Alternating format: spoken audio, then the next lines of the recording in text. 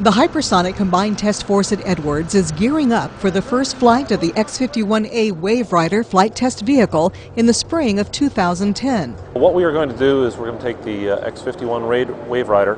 We're going to launch that from a B-52 at 50,000 feet over the Pacific Ocean, and then the vehicle is going to drop away.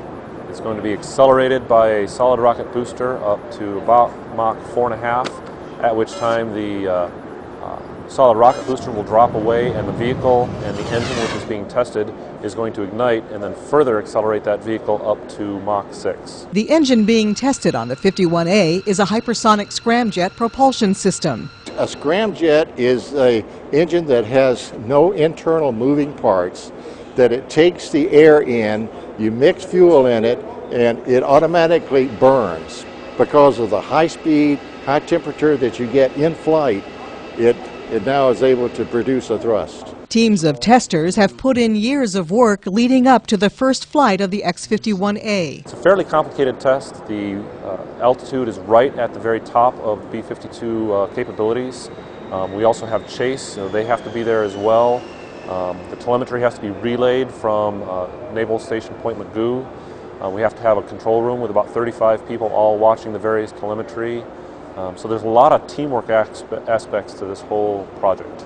Testers say the purpose behind this program is to demonstrate the ability to use air-breathing hydrocarbon propulsion in the hypersonic flight regime, which is flight more than 5 times the speed of sound. What makes that a challenge for us and why we need to do the research is that conventional turbine engines are basically limited to about Mach 2.5 or 2.5 times the speed of sound. And it's really tough from the pressure and the heat and the aerodynamic loads on the conventional engines to get anywhere past about Mach 2.5.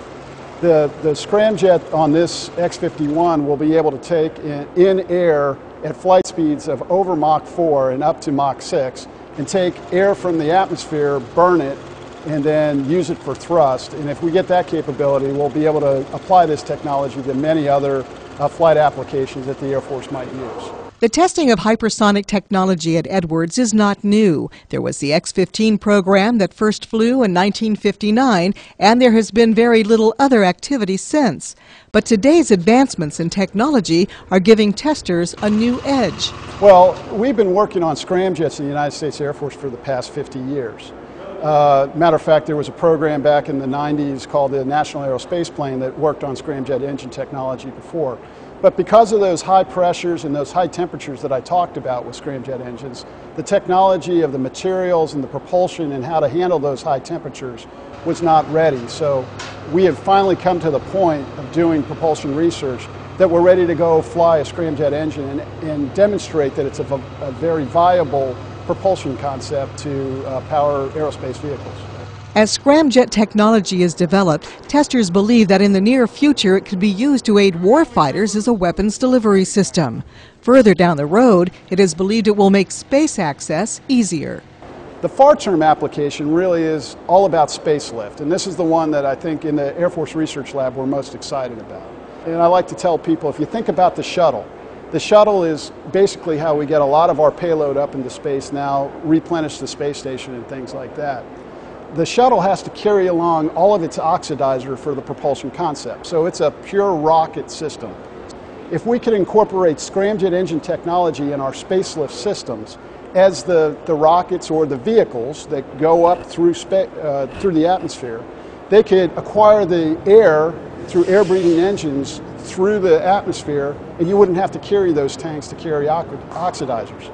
So therefore it makes the propulsion cycle much more efficient.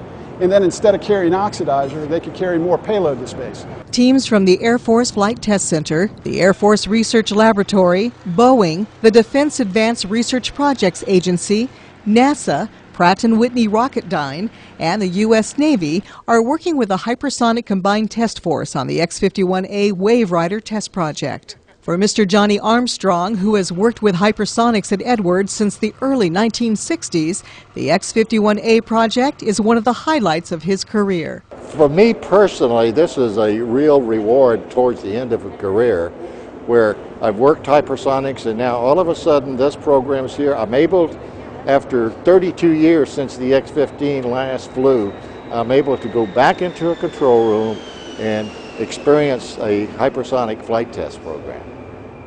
Don Waldman, Edwards Air Force Base, California.